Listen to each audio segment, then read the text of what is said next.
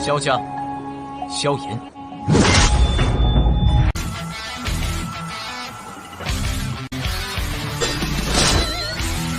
指缝中的光点燃了梦魇，站在天端俯瞰着世界无边无边。 Selamat datang di channel hiburan netizen.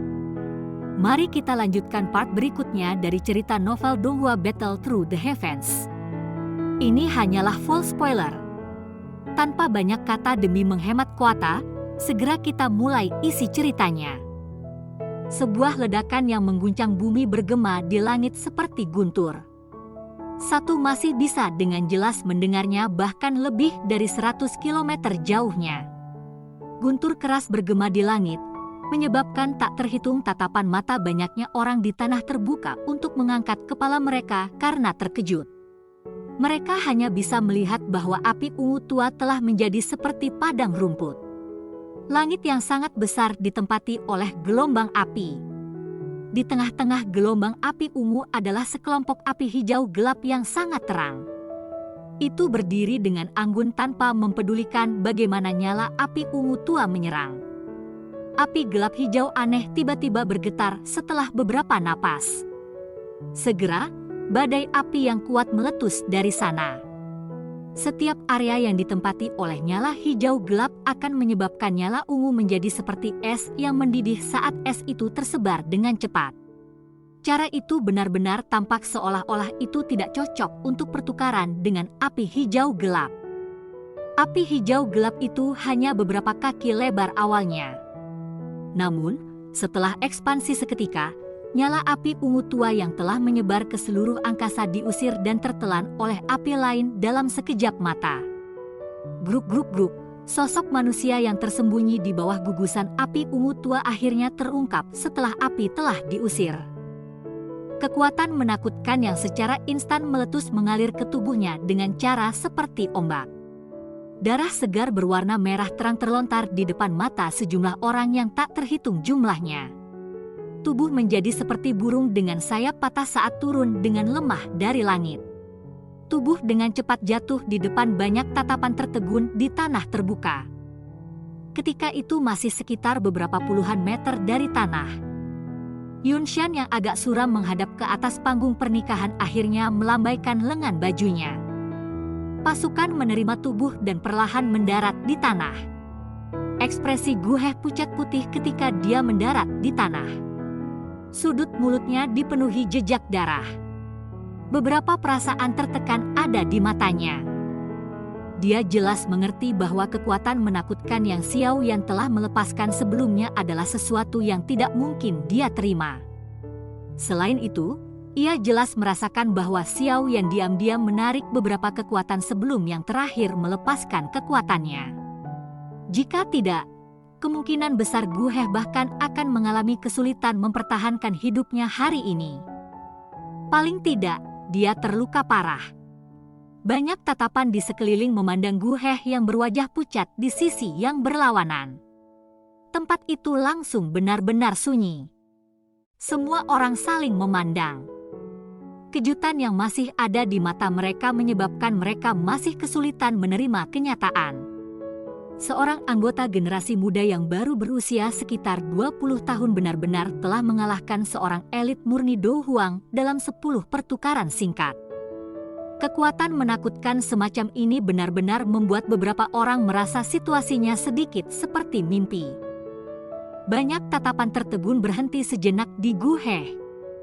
Kemudian, mereka segera dan secara bersamaan bergerak menuju langit tanpa persetujuan sebelumnya. Pada saat ini, api hijau gelap yang telah menyebar ke langit menghilang. Seorang pria muda berjubah hitam digantung di sana. Api hijau gelap terbakar perlahan. Sikap ahli dalam tahap embrio. Jia Xingtian dan yang lainnya mengawasi Gu He yang kalah dalam serangan terakhir dari tempat tertentu di langit. Mereka juga menghela nafas lega dan saling bertukar pandangan satu sama lain. Semua dari mereka diam-diam tercengang. Orang ini benar-benar menakutkan. Serangan mengerikan yang dia tunjukkan sebelumnya kemungkinan sesuatu yang hanya bisa diblok oleh Hai Bodong dan Jia Xingtian. Kami kini sedikit sakit kepala karena Gu He telah dikalahkan. Mengingat karakternya, dia pasti tidak akan kembali pada kata-katanya setelah menyetujui tantangan Xiao Yan di depan begitu banyak orang. Hai Bodong menyeka keringat dingin dari dahinya dan tertawa. Iya, bagaimanapun, pertarungan besar yang intens sebelumnya telah sangat melelahkan Xiao Yan. Untungnya, orang ini memiliki cukup banyak pil obat. Kecepatan pemulihan Douqinya jauh lebih besar daripada yang bisa dibandingkan dengan orang biasa. Jika tidak, situasinya mungkin sangat buruk dalam pertarungan besar dengan Yun Shan nanti. Jia Xingtian menganggukkan kepalanya dan berbicara. Dia telah menyaksikan Xiao Yan memasukkan beberapa pil obat ke dalam mulutnya setelah mengalahkan Gu He sebelumnya. Saat pertarungan besar dimulai nanti, kalian semua harus pergi dan memblokir tetua dari Misty Cloud Sect.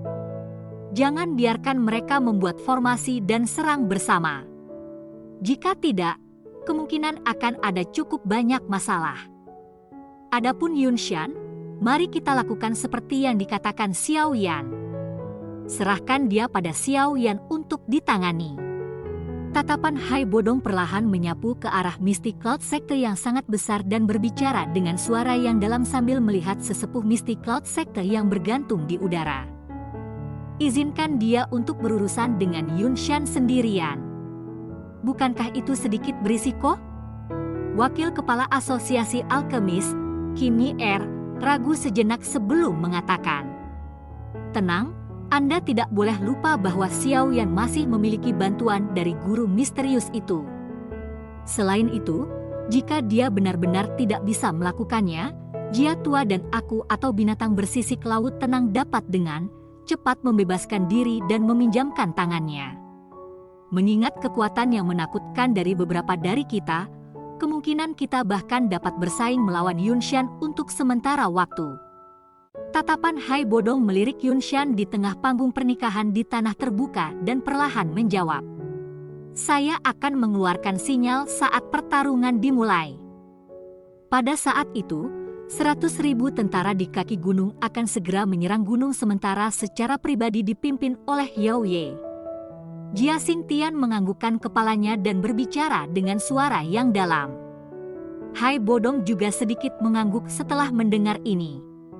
Tatapannya terfokus pada Yun Shan saat dia dengan dingin berkata, "Selanjutnya, kita harus terus mengawasi bajingan tua ini."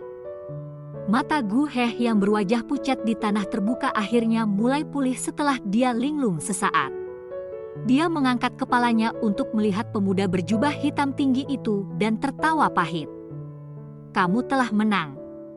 Semua orang di tanah terbuka tercengang ketika mereka mendengar Gu He secara pribadi membuka mulutnya untuk mengaku kalah. Mereka bisa membayangkan berapa banyak pukulan kekalahan yang besar mempengaruhi Gu He. "Saya tidak akan campur tangan dalam masalah antara Anda dan Misty Cloud Sect hari ini." Gu He tiba-tiba tersenyum. Tatapannya segera menyapu ke arah Yun Yun, yang diam-diam berdiri di bawah panggung pernikahan. Tubuhnya bergetar dan jubah pernikahan yang dibuat dengan hati-hati dirusak sedikit demi sedikit sebelum akhirnya berubah menjadi serpihan yang tersebar di tanah. "Yun Yun, mungkin pilihan Anda benar. Aku memang lebih rendah darinya." Yun Yun terdiam saat dia melihat senyum pahit Gu He. Gu He memiliki kebanggaan ekstrim jauh di dalam tulang-tulangnya. Orang bisa membayangkan pukulan seperti apa yang dia terima setelah dikalahkan oleh Xiao Yan untuk membuatnya mengatakan kata-kata seperti itu. Namun, dia tidak mengatakan kata lain saat ini. Itu hanya beberapa saat kemudian sebelum dia bertanya dengan lembut, "Apakah Anda baik-baik saja?" "Saya tidak mengalami banyak cedera serius." Gu He melambaikan tangannya. Dia segera mengangkat kepalanya dan memandang Yun Shan di panggung pernikahan. Dia menangkupkan kedua tangannya dan berkata, "Pemimpin sekte Yun Shan, Gu He telah kalah hari ini dan harus melakukan seperti yang saya janjikan." Saya tidak akan lagi campur tangan dalam masalah di antara kedua belah pihak. Pemimpin sekte, tolong akhiri pernikahan ini. Selamat tinggal. Gu He mengabaikan ekspresi jelek Yunshan setelah mengucapkan kata-kata ini. Dia berbalik dan melangkah keluar dari Mystic Cloud sekte di depan banyak tatapan mengamati di sekitarnya. Banyak percakapan pribadi terdengar di tanah terbuka setelah sosok Gu He perlahan menghilang. Beberapa ahli yang diundang oleh Gu He saling bertukar pandangan. Mereka tertawa pahit. Karena karakter utama sudah pergi, tidak ada artinya bagi mereka tinggal di belakang. Mereka memiliki hubungan yang cukup mendalam dengan Gu He dan secara alami tidak akan menolaknya jika dia ingin mereka meminjamkan tangannya. Namun, Gu He telah kalah tanpa keluhan dan itu wajar bahwa mereka tidak dapat dengan paksa menyerang. Selain itu, bahkan jika mereka ingin melangkah maju, kemungkinan mereka hanya akan mencari penghinaan mereka sendiri. Bahkan seseorang dari kekuatan Gu He tidak dapat bertahan lebih dari 10 pertukaran dengan Xiaoyan. Apalagi mereka. Karena Gu He sudah pergi, mereka tentu tidak akan terus tinggal. Meskipun mereka merasakan antisipasi besar untuk pertempuran hebat yang menakutkan yang akan meletus di Gunung Mystic Cloud ini, mereka bukan orang bodoh. Kemungkinan mereka akan berakhir dalam masalah jika mereka terseret ke dalam situasi seperti itu.